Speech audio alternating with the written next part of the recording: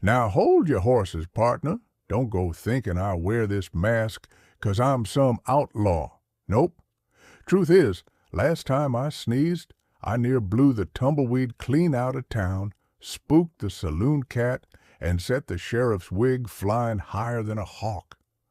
Folks been calling me Hurricane Hank ever since, so I keep this mask on tight. Saves the town, saves the chili, and sure as sun, saves my reputation too.